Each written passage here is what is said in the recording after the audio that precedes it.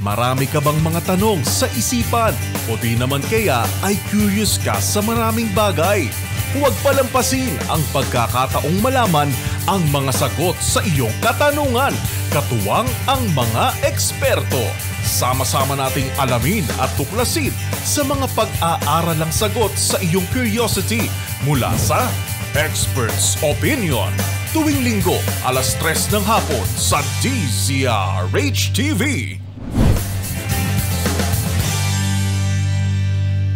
Isang panibagong linggo na naman ang programang magbibigay kasagutan sa inyong mga katanungan.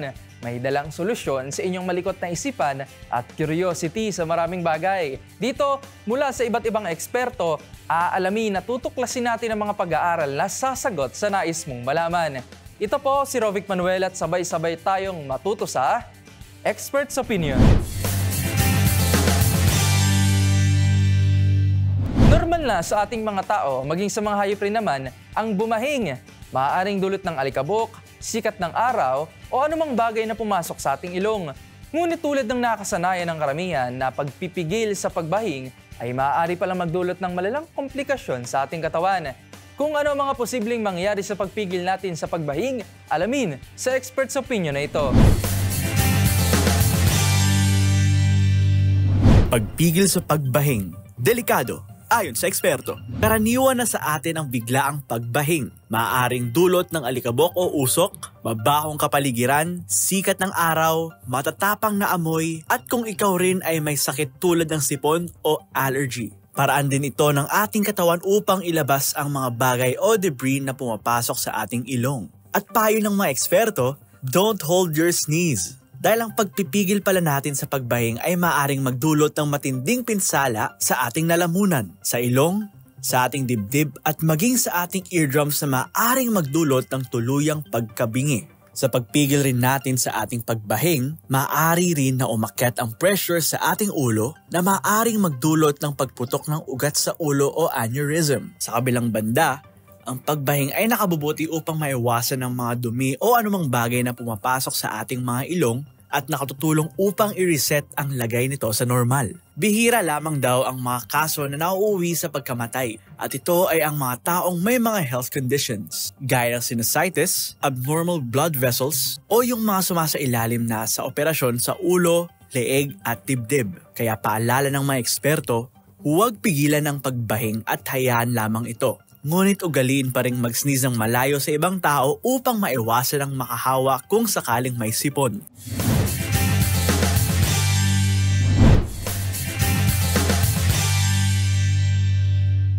Isa ka ba sa mga madalas maka-encounter ng advertisements o commercials, lalo na sa social media na may halong pangongonsensya o panggigil trip? Alam niyo bang hindi pala ito mabisang paraan ng panghihikayat sa mga tao? Kung bakit, alamin sa Expert's Opinion na ito. Pangongonsensya, hindi epektibong paraan ng panghihikayat. Ayon sa pag-aaral, inalingid sa kaalaman ng marami na ang pangongonsensya ang kadalasang ginagamit na paraan ng advertisers at fundraisers para tayo ay makinig at sumunod sa kanila. Bagamat nakagawian na napag-alaman sa pag-aaral na hindi pala talaga epektibo ang agresibong pangongonsensya pagdating sa panghihikayat. Ayon sa mga eksperto, kung ang approach ito ay paghikayat para sa ikabubuti ng lipunan o ng ibang tao. Sa ganitong paraan, nabibigyan ng pagkakataon ng tao na makapag-reflect ng may kalmadong pag-iisip at maramdaman na mayroon siyang sariling desisyon. Samantala, kung ang approach naman na ginamit ay may direktang pamimilit o paninisi, mararamdaman ng tao na parang ipinapasa sa kanya ang responsibilidad, dahilan upang magkaroon ng mataas na posibilidad na hindi siya pumayag o mahikayat. Ayon pa sa naturang pag-aaral, mas epektibo rin ang guilt bilang motivator for action para sa mga mas malaking issue na makakaapekto sa tao tulad ng natural calamity at social injustice. Ikaw ba isa sa mga taong hindi masyadong binabantayan ang iyong everyday habits, lalo na sa inyong kalusugan?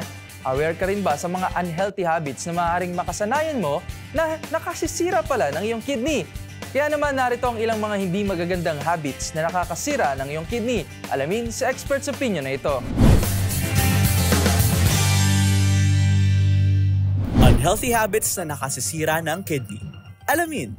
Batay sa pag-aaral, mabilis makasira ng bato o kidney ang paninigarilyo dahil nakakaapekto ito sa blood pressure na nakakapagpataas ng heart rate at nakakapagpasikip ng blood vessels sa kidney. Ayon sa mga eksperto, ang pagpipigil ng ihi ay isa sa sanhi ng pag-damage ng bato dahil hindi kaagad nakakalabas ang toxins mula sa dugo na dumadaan sa ihi. Kaya namumuo ito at nagiging kidney stones. Bukod dito, ang pagkain kadalasan ng maalat at fast food ay sanhi ng pagkasira ng kidney dahil nagtataglay ito ng sobrang fructose sa sanhi ng pagtaas ng uric acid level na kalaunan ay nagiging cardiorenal disease. Napag-alaman din na ang hindi pag-exercise ay nakakasira rin ng kidney dahil hindi nito na ilalabas ang mga toxins sa katawan na nakakaapekto sa renal function. Payo ng mga dalubhasa, iwasan ang mga nasabing unhealthy habits at ugaliing uminom ng 8 hanggang 10 baso ng tubig araw-araw para makaiwas sa pagkasira ng bato at pagkakaroon ng kidney stones.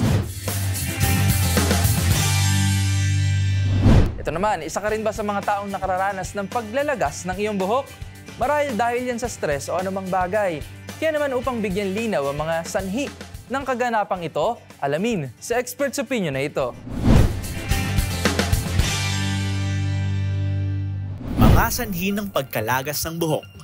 Alamin, paliwanag ng mga eksperto, ang hair loss ay maaring dahilan sa mga sumusunod. Sa panganganak kasi bumababa ang estrogen level sa katawan. Sa panganganak kasi bumababa ang estrogen level sa katawan ng mga kababaihan. Ngunit ito ay temporary lamang. Once na bumalik na ang iyong lakas, bumabalik na rin ang inyong estrogen level. Sumunod dito ang iba't ibang mga hair treatments na ating ginagamit sa ating buhok.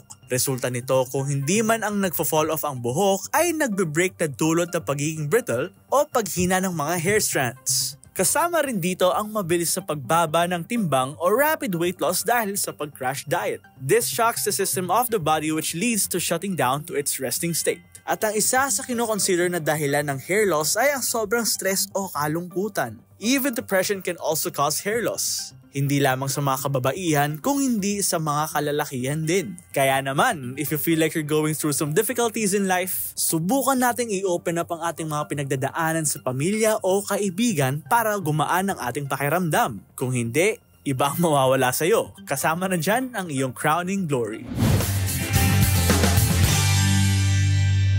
Ika nga nila, laughter is the best medicine and humor is good for health. At napatunayan niya ng mga eksperto dahil ayon sa mga ito, pinakamabisang panlaban pala sa pag-iwas sa mga sakit ay ang simpleng pagtawa.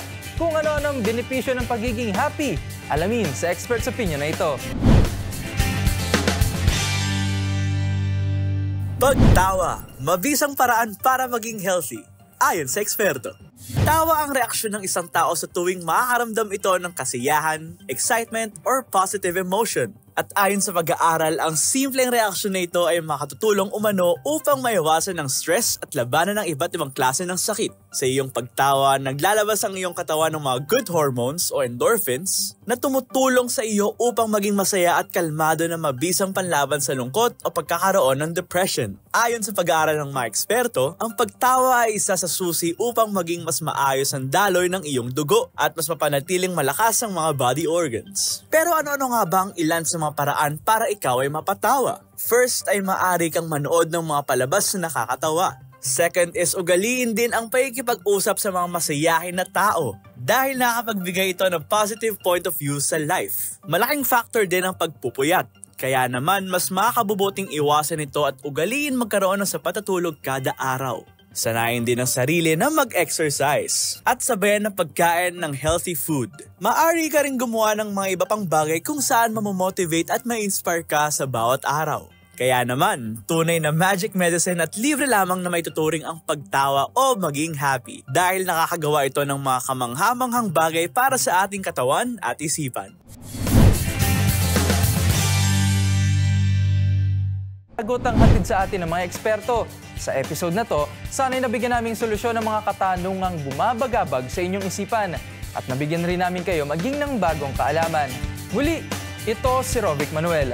Samahan niyo akong muli sa susunod na linggo at sabay-sabay na matuto dito lang sa Expert's Opinion. Marami ka bang mga tanong sa isipan o di naman kaya ay curious ka sa maraming bagay? Huwag palampasin ang pagkakataong malaman ang mga sagot sa iyong katanungan, katuwang ang mga eksperto. Sama-sama nating alamin at tuklasin sa mga pag-aaralang sagot sa iyong curiosity mula sa Expert's Opinion. Tuwing linggo, 3:00 ng hapon sa DZRH TV.